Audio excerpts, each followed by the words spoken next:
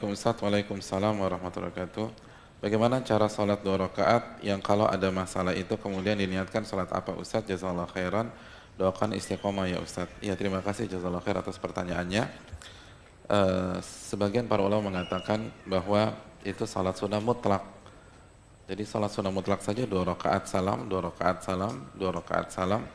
Lalu kita meminta kepada Allah Subhanahu Wa Taala agar Allah menghilangkan masalah kita. Jadi kita niatkan dan kita minta agar Allah membantu kita untuk menyelesaikan masalah-masalah kita. Allahu ta'ala misal. Dan tidak disebutkan sholat secara spesifik sebagaimana beberapa riwayat tentang masalah ini, seperti ada riwayat dari Abdullah bin Abbas dan lain-lain. Intinya sholat mutlak dan kita niatkan agar Allah membantu kita dalam menyelesaikan masalah-masalah kita. Saya sudah menadhur seorang akhwat, namun tidak sesuai dengan apa yang saya pikir. Tidak sesuai dengan apa yang saya pikir seperti wajah. Namun agamanya insya Allah bagus. Saya sudah istikharah namun masih ragu. Mohon nasihatnya Ustadz. Syukran Ustadz. Alamat email. Iya, terima kasih jazakallahu khair atas pertanyaannya. Hadirin yang dirahmati oleh Allah. Para ulama fikih menyatakan seperti yang dijelaskan oleh Syekh Sulaiman Ar-Ruhaili, pengisi di Masjid Nabawi. Beliau pakar fikih di kota Nabi pada saat ini. Beliau mengatakan secara global memilih pasangan itu kriterianya 2. Yang pertama agamanya baik, dan yang kedua kita suka secara personal. Kita suka secara personal. Dan salah satu yang dimaksud dengan personal itu wajah, fisik, gitu. Jadi fisiknya hendaknya kita suka, gitu loh. Kalau nggak suka, ke depan berat dan banyak yang divorce dalam masalah ini. Oh berarti fisik diperhitungkan? Iya, makanya kan ada syariat nazar. Syariat nazar dalam beberapa hadis-hadisnya itu secara tegas menjelaskan kepada kita bahwa fisik diperhitungkan.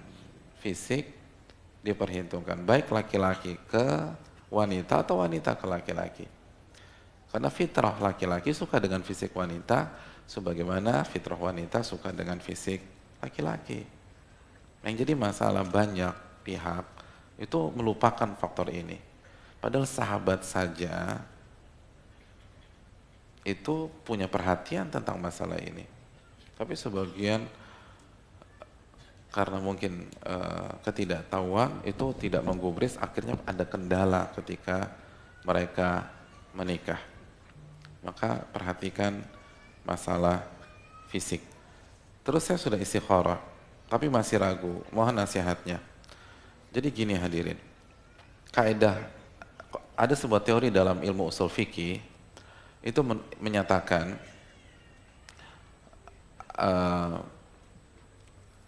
asy-syai' atau al-amru la yantakil min hukmin ila akhar illa bidalilin qati' au ghalabatil dhann. Sesuatu itu tidak boleh kita rubah hukumnya, tidak boleh kita rubah statusnya, kecuali kita punya dalil yang kuat, yang qati'. Qati' itu kualitasnya 100% qati'. Atau kalau kita nggak punya dalil atau bukti yang 100% seperti itu, paling tidak ghalabatil dhann. Ghalabatil dhann itu dugaan kuat. Ada bukti atau ada feel, ada perasaan, nggak 100%, tapi 90%, tapi 85%, tapi 70%. Maka silakan dirubah. Kalau nggak, jangan dirubah. 50-50 itu tidak boleh menjadi penyebab kita merubah sebuah kondisi.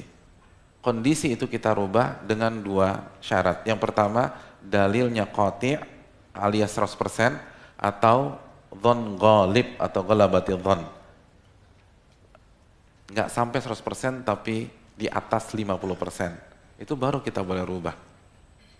Baru boleh kita rubah. Dan ini kaidah kehidupan loh. Kalau dalilnya nggak sampai ke sana, maka dalam ilmu usul fikih itu dinamakan istishab, baqa'u makana ala makana alaih. Sesuatu itu dikembalikan ke status awalnya. Sesuatu itu dikembalikan ke hukum asalnya, nggak boleh dirubah. Dan lagi-lagi ini kaidah kehidupan, bukan hanya kaidah untuk memainkan dalil. Sebagai contoh masalah pernikahan. Penanya ini, jazahullah khairan, status dan hukumnya apa? Status dan hukumnya apa? Sudah menikah atau jomblo? Sepakat jomblo? Jadi sekali lagi, status penanya ini, dia nanya ini kan, antum dengar pertanyaan. Statusnya apa? Hukumnya apa? Hukumnya jomblo atau belum menikah, belum married. Maka kalau kita mau merubah statusnya ke pernikahan, dia harus punya bukti atau dalil yang kuat, yang 100% atau dhon yang ghalib atau perasaan yang kuat, yang 80%, 70% atau 90%, baru silakan maju ke akhwat tersebut. Tapi kalau tetap 50-50, al-yakin la yazulu bisyak. Kondisi yang meyakinkan tidak boleh dirubah atau dihilangkan karena 50-50. Jadi jangan melangkah kalau 50-50. Jangan melangkah. Tetap istiqomah jadi iya, sampai ada akhwat yang benar-benar antum suka, ya, nggak apa-apa. Yang penting bertakwa. Ya. Dan sekali lagi paham kaidahnya. Saya ingin antum nanti kita akan bahas ya. Yang Nabi itu puji sekali seseorang yang setiap melangkah itu selalu bermain kaidah. Bukan hanya cuman ikut sana, ikut sini. Itu bermain kaidah. Mundobit. Jadi bermain kaidah. Ilmiah gitu loh. Jadi kalau dia maju ilmiah, dia mundur ilmiah. Dia ke kanan ilmiah, dia ke kiri ilmiah. Kalau antum mau berpikir ilmiah seperti itu, antum harus tahu kaidah. Dan kaidahnya gampang insya Allah. Sesuatu yang sudah baku, itu jangan diotak-atik. Sampai antum punya bukti, hal lain itu lebih kuat lagi, dan bukti antum 100% atau dugaan kuat. Dugaan kuat. Dan ini kaidah kehidupan sekali lagi. Contoh misalnya, kita kembangkan sedikit ya. Antum punya sekolah, terus ada yang menawarkan kurikulum. Sedangkan antum udah punya kurikulum, dan kurikulum antum sudah terbukti. Murid-murid antum keterima di PTN sana, PTN sini. Nah begitu ada orang yang presentasi kurikulum baru, antum jangan cepat-cepat main rubah. Karena antum udah punya baku. Sampai ada bukti kuat, bukti 100%, atau indikator kuat bahwa kurikulum yang ditawarkan itu lebih bagus daripada kurikulum antum. Harus ada buktinya, bukan hanya retorika. Karena kalau main ganti sana, ganti sini, berantakan orang. Habis. Gitu. Makanya kan di dunia olahraga tuh ada istilah apa? Don't change the winning team. Itu kan don't change the winning team tuh itu. Antum sudah punya tim juara, jangan diotak-atik lagi. Jangan diotak-atik. Itu udah jelas juara tuh. Antum bayangkan, Islam udah bahas teori ini 15 abad yang lalu. Al-istishab, baqa'u makana ala makana alaih. Jadi jangan merubah sesuatu yang baku sampai kita bisa buktikan situasi yang lain itu lebih bagus. Antum kebanjiran, pengen pindah rumah, jangan main asal pindah rumah. Sampai anu pastikan dengan bukti yang 100% valid atau dugaan kuat bahwa lokasi yang akan antum tinggali atau yang antum pilih untuk jadi tempat tinggal antum berikutnya lebih bagus, lebih aman dari banjir daripada yang sekarang. Sampai itu nggak ada bukti, jangan mau pindah. Itu kaidah yang bagus sekali. Wallahu ta'ala a'lam.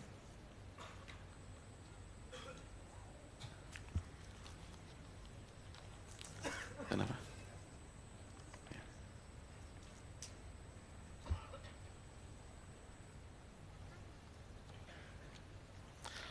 Assalamualaikum, waalaikumsalam. Ustadz, saya sebelum berangkat kajian, saya berdoa, bahkan saya masuk masjid juga tadi saya baca doa.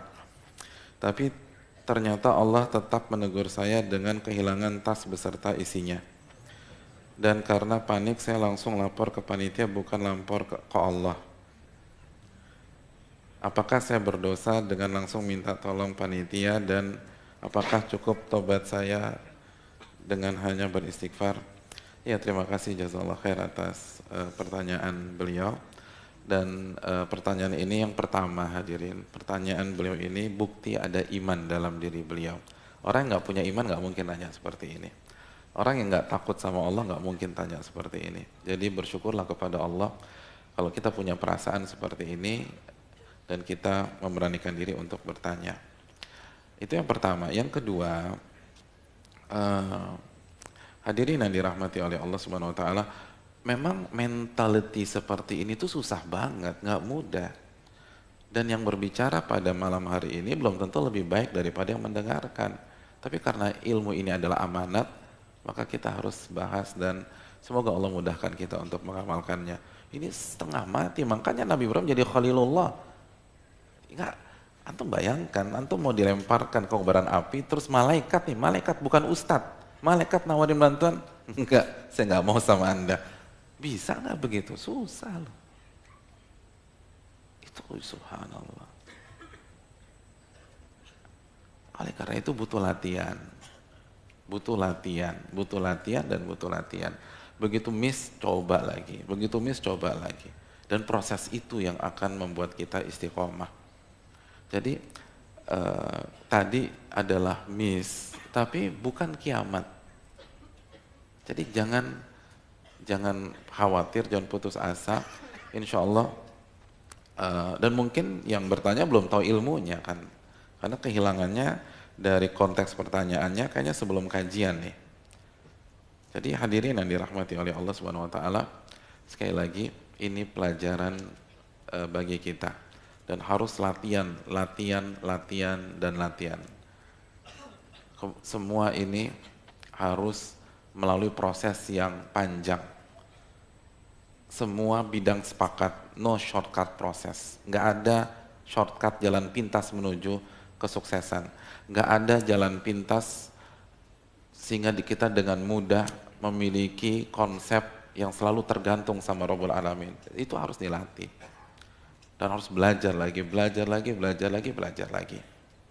Terus hadirin yang dirahmati oleh Allah Subhanahu wa taala, perlu saya ingatkan bahwa dalam Islam tidak ada istilah uang dibawa kabur orang atau tas beserta isinya dibawa kabur orang, nggak ada. Karena harta akan dikembalikan, pasti dikembalikan, nggak ada keraguan dalam masalah ini. Kalau nggak di dunia, di akhirat. Kalau nggak dengan sukarela yang ngambil atau dipaksa nanti sama Allah Subhanahu wa taala. Udah aman, udah enak deh. Dan kita lebih butuh dibalikin di akhirat. Karena kalau yang ngambil tas kita balikan di dunia sini, mungkin yang ngambil masih ada di areal ini dan ikut pengajian, akhirnya takut kepada Allah, dia balikan, kan dibalikan cuma tas sama isinya doang. Kalau dia balikan di akhirat, dia balikan dengan pahalanya. Subhanallah, dibalikan dengan pahalanya. Antum lebih milih mana, tas atau pahala? Ya dua-duanya. Tapi kalau harus milih, kalau nggak bisa dua-duanya, ya pahala lah, pahala. Kita lebih butuh pahala daripada tas nanti. Jadi untung deh, itu untung. Itu untung luar biasa. Jadi kalau dia nggak balikin nih, nggak balikin sama sekali, Memang ribet sih, apalagi kalau semua surat ada kartu semua ada di sana. Harus buat KTP lagi, harus buat SIM lagi, harus segala macam, capek. Harus blokir ke bank atau lain sebagainya. Tapi ingat, dia akan bayar di akhirat. Dan bayarannya mahal. Pahalanya tuh ditransfer. Pahalanya ditransfer. Jadi bersyukur. Jadi hikmahnya tuh lebih enak dibayar sana. Jadi kalau dia balikin saya tolak aja, ya diterima gitu loh. Kalau dia balikin diterima, jadi tolak. Insya Allah, tapi dengan kita ridho kita dapat pahalanya. Kita dapat pahala. Dan ingat konsep inna lillahi wa inna ilaihi raji'un. Semua kita ini milik Allah dan akan kembali kepada Allah. Ya udah. Orang yang galau ketika barangnya hilang itu karena dia merasa sok punya. Padahal bukan punya dia tuh. Orang innalillah. Jangankan tas, nyawa punya Allah. Makanya itu yang kita baca. Jadi kalau orang merasa nggak punya enak gitu loh. Kehilangan yang 10 kali lebih mahal daripada tas enak. Misalnya ada Lamborghini yang dirampok orang di sebuah rumah mewah. Lamborghini dirampok oleh kawanan perampok di rumah mewah. Di dalam rumah itu ada bosnya atau majikan, ada si bibi. Saya ingin tanya, si bibi depresi nggak? Hah? Bibi depresi nggak? Kenapa bibi nggak depresi? Kan bukan punya bibi. Tenang aja dia. Ya ditanya sama wartawan, ya udah takdir pak, enak ngomongnya. Udah takdir. Yang galau kan bosnya. Udah gitu belum lunas pula, stres tuh. Karena merasa punya. Pengen sampai Lamborghini hilang, bibi nggak stres. Tensi darah nggak naik, tenang dia. Dia bisa mulai udah takdir. Kenapa? Karena nggak merasa punya. Itulah innalillahi wa inna ilaihi rajiunnya itu bukan hanya diucapkan, dihayati. Diucapkan jago. Burung kakak tuh juga bisa kalau cuma ngucapin. Tapi yang susah itu penghayatan. Yang susah tuh penghayatan. Makanya ini bahan introspeksi buat kita semua, buat penanya, buat saya pribadi dan kita semua. Ketika kita baca doa, udah dihayati atau belum? Karena Nabi SAW kan bersabda, innallaha la yastajibu du'aan min qalbin ghafilin lahin. Allah nggak akan terima doa yang dipanjatkan dari hati yang lalai dan nggak fokus, nggak terima udah. Walaupun fasih. Makanya Ibnu Qayyim rahimahullah ta'ala mengatakan inti ijabah itu hati. Kalau hati kita benar-benar fokus, hati kita benar-benar khusyuk, benar-benar tergantung sama Allah, Allah Subhanahu wa taala akan bantu kita. Ini yang mungkin perlu kita camkan. Jadi perbanyak istighfar saja, dan ini justru positif bukan negatif, karena ini menunjukkan kita punya iman kepada Allah Subhanahu wa taala, dan insya Allah kita akan mendapatkan ganti yang lebih baik, karena sekali lagi barang siapa yang mengatakan atau barang siapa yang bertawakal kepada Allah, Allah akan ganti dan Allah akan berikan yang terbaik buat dia.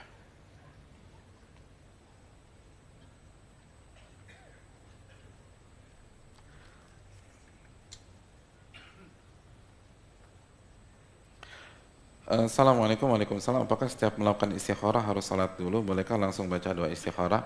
Ya, terima kasih jazakallahu atas pertanyaannya. Jawabannya diperbolehkan karena inti istikharah adalah doanya. Salat adalah muqaddimah kata para ulama, dan ini diperkuat dari beberapa riwayat dari para sahabat Nabi SAW yang langsung berdoa tanpa salat. Wallahu ta'ala a'lam bishawab. Jadi kalau antum ada di mobil lagi bingung nih gitu loh, Mas Waze bilang ke kanan, Mas Google bilang ke kiri, bingung antum gitu loh. Ya udah antum istikharah. Dan antum nggak perlu turun. Jangan turun, jangan. Anda baca doa dari mobil gitu. Allah taala alam.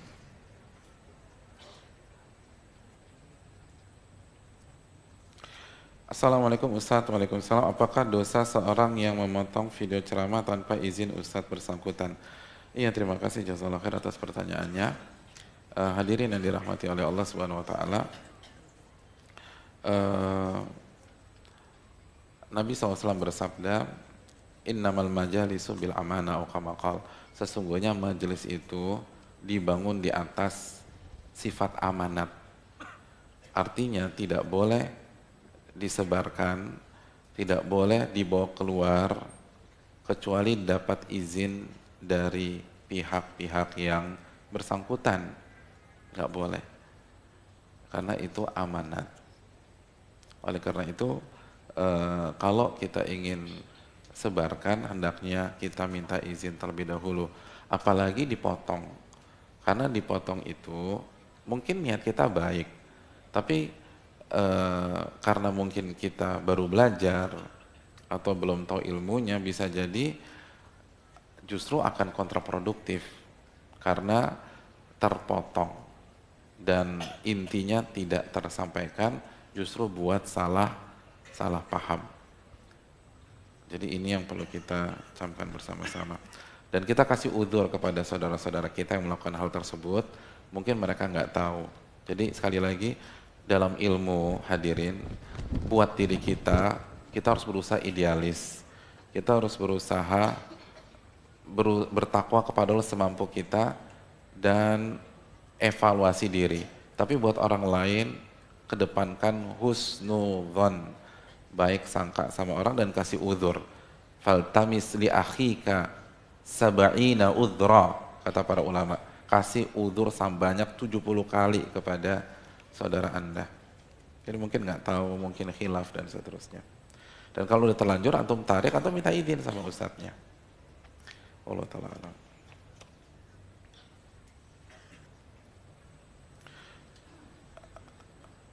Ustadz, pertama, kenapa sih? Kenapa sih? Katanya pacaran itu dilarang, tapi kebanyakan yang pacaran ujungnya happy ending, bahkan sampai menikah. Kedua, kalau itu dilarang Allah dan Allah nggak ridho, kenapa mereka mesti berjodoh dan bahagia? Ketiga, mohon nasihatnya Ustaz. Iya, hadirin ya. Tenang, sabar. Tenang, kita kasih udzur, mungkin beliau belum tahu. Iya, hadirin yang dirahmati oleh Allah Subhanahu wa taala. Kata siapa yang kebanyakan yang pacaran happy ending? Sudah research atau belum? Sudah meneliti atau belum? Bahkan sampai menikah. Menikah kan nggak jaminan happy ending. Menikah itu nggak jaminan happy ending. Jadi gini loh, kan jangan cepat-cepat menjudge seseorang, baik just negatif atau yang seperti ini. Intinya gini, kalau Allah haramkan pasti ada side effect, pasti nggak bagus. Baik kita tahu hikmahnya maupun kita nggak tahu, baik Allah buka pada detik itu juga atau Allah tutup dan mungkin kita baru sadar 10 tahun kemudian, 20 tahun kemudian dan seterusnya. Jadi kalau Allah larang sesuatu pasti ada masalah. Kalau kita lihat dia happy ending, kan kita lihat dari luar. Kita lihat kan dari cover. Don't judge the book from the cover. Jangan menilai sebuah buku dari covernya aja. Udah dibaca belum tuh bab 1, bab 2, bab 3, bab 4. Dan sekali lagi, kecenderungan di dunia itu sandiwara. Annamal hayatud dunya la'ibun walahun. Kehidupan dunia itu permainan sandiwara. Saya ingin tanya kepada antum. Antum nih, ketika kesini, qadarullah berantem sama istri, ya namanya juga pasangan, berantem keras, gitu loh. Sampai banting-bantingkan handphone, istri banting handphone antum, antum banting handphone istri. Padahal dua-duanya kreditannya antum yang bayar. Jadi, karena emosi. Akhirnya dua-duanya hancur. Begitu sampai di sini ketemu komunitas antum sama teman-teman pengajian. Terus ditanya, gimana kabar antum? Baik. Baik. Kira-kira antum jawab apa? Baik. Gimana istri? Semua baik kan? Antum jawab apa? Baik. Udah baik, udah baik, udah deh. Sandiwara udah dunia deh. Antum gak akan ceritakan masalah antum ke orang lain. Antum ingin tampil perfect. Atau nggak usah antum, kita nih. Kita ingin tampil perfect di depan orang. Kita nggak mau ngebuka aib kita, apalagi pemimpin, apalagi suami. Jarang suami curhat. Itu istrinya udah curhat habis 2 kotak tisu, tanya sama suaminya, gimana Pak rumah tangga Bapak? Alhamdulillah baik, baik gitu. Padahal kemarin istrinya baru curhat ke ustadz yang sama misalnya. Nggak mau dibuka udah. Nah, sebagaimana kita nggak mau buka aib kita, orang lain nggak mau buka aibnya. Gitu aja udah. Orang lain nggak mau buka aibnya. Tapi Allah yang menjelaskan aturan main di dunia. Setiap maksiat pasti ada masalah. Pasti udah. Nggak mungkin nggak. Maksiat pasti ada masalah. Itu kaedah. Kaedah yang disepakati oleh seluruh para ulama. Innal kadhiba yahdi ilal fujur. Nabi bersabda kebohongan, dan kebohongan maksiat itu pasti nyeret ke kefajiran berikutnya. Dan begitu juga dengan pacaran. Itu yang pertama. Yang kedua, hadirin yang dirahmati oleh Allah Subhanahu wa taala, perlu kita camkan kalau kita pengen ke Surabaya lalu salah start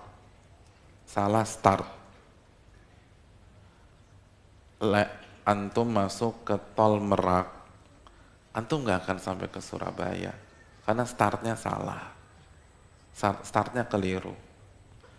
Nah begitu juga, mungkinkah kita mendapatkan pernikahan yang sakinah, mawaddah, warahmah, dunia akhirat kalau startnya salah arah? Susah, kecuali muter balik. Muter baliknya itu dengan cara apa? Taubat kepada Allah. Bisa sih, tapi dua-duanya harus taubat. Tapi kalau tetap kekeh dengan konsep demikian, nggak bisa udah. Ini udah salah arah. Salah naik pesawat udah. Salah naik kereta, nggak mungkin sampai. Kecuali kalau dia cut di sana, dia taubat kepada Allah, dia turun dan dia ganti arah. Terus yang berikutnya, bedakan antara ridho dan kehendak. Allah menghendaki, udah capek nih hadirin. Habis. Airnya udah habis juga. Ya, kasih udur, tenang. Panitia udah capek, antum nggak boleh ketawain. Hadirin yang dirahmati oleh Allah Subhanahu wa taala. Allah menghendaki adanya maksiat, tapi Allah nggak ridho. Jazakallahu khairan.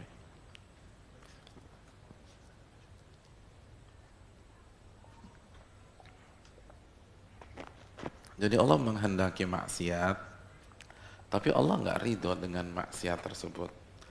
Kenapa demikian? Karena ada hikmah yang lebih besar daripada satu maksiat yang dilakukan oleh anak manusia. Itu yang ngambil ibrohnya jutaan orang. Yang ngambil ibroh dari kehidupan Fir'aun itu jutaan bahkan miliaran orang. Allah nggak ridho dengan perbuatan Fir'aun yang mengklaim jadi Rabb, wa ana rabbukumul a'la. Tapi Allah kehendaki. Ya udah di ACC udah, kalau Anda mau gitu deh. Agar apa? Agar hikmah lebih besar. Dan itu bisa. Jangankan Allah Subhanahu wa taala yang Maha Hakim ya. Di kehidupan kita aja kita terima konsep itu. Banyak kasus kita menghendaki sesuatu tapi kita nggak ridho untuk apa? Untuk maslahat yang lebih besar. Seorang dokter ketika ada pasien yang kakinya sudah putus, maka dia putuskan untuk operasi amputasi.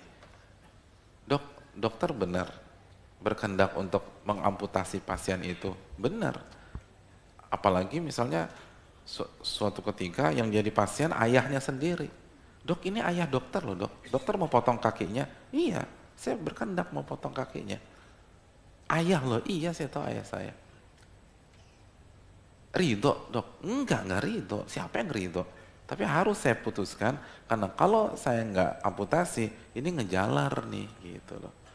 Jadi semua sepakat ada perbedaan antara kehendak dan ridho. Dan itulah akidah Ahlussunnah wal Jamaah dalam masalah takdir. Jadi kalau alasannya demikian ya nggak usah pacaran, zina juga ada gitu loh. Zina ada. Gay juga ada, tapi Allah nggak ridho. Lagi-lagi kenapa mereka mesti berjodoh dan bahagia? Siapa yang bilang bahagia? Kan belum tahu ya. Artinya jangan cepat-cepat menyimpulkan. Allah yang mengatakan waman a'radu an dzikri fa inna lahu ma'isyatan dhanka. Surat Thaha ayat 124. Barang siapa yang berpaling dari ajaranku, dari mengingatku, dari syariatku, dia akan hidup dengan sengsara. Itu firman Allah. Sekarang nih pertanyaannya, kita lebih percaya dengan casing yang kita lihat atau ayat yang kita baca, gitu aja deh. Casing yang kita lihat dia bahagia, padahal dia melakukan kemungkaran.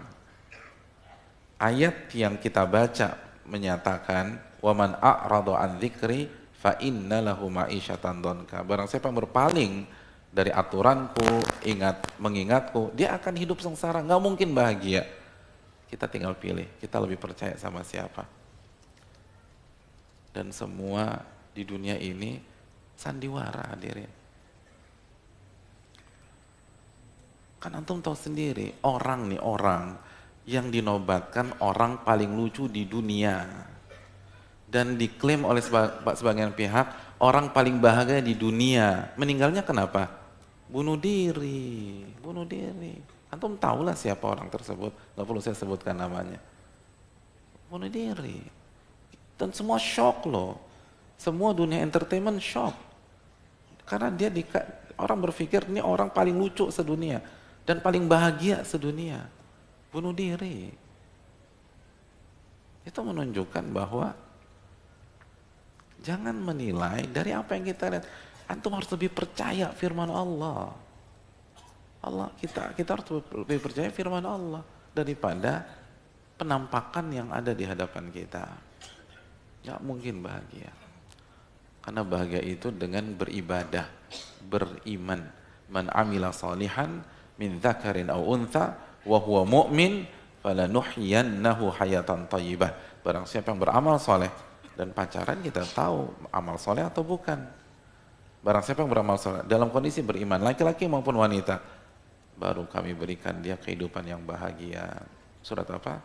An-Nahl ayat 97. Saya rasa cukup sampai di sini. Terima kasih banyak. Semoga bermanfaat dan semoga Allah mengampuni kekhilafan saya dalam mengisi kajian ini. Dan kalau ada yang benar itu datangnya dari Allah Subhanahu wa taala, dan semoga menjadi ilmu yang bermanfaat bagi kita semua. Dan kalau ada kesalahan, buang saja apa yang saya katakan dan ikutilah sunnah Nabi sallallahu alaihi wasallam. Subhanakallahumma wa bihamdika asyhadu an la ilaha illa anta astaghfiruka wa atubu ilaik. Assalamualaikum warahmatullahi wabarakatuh.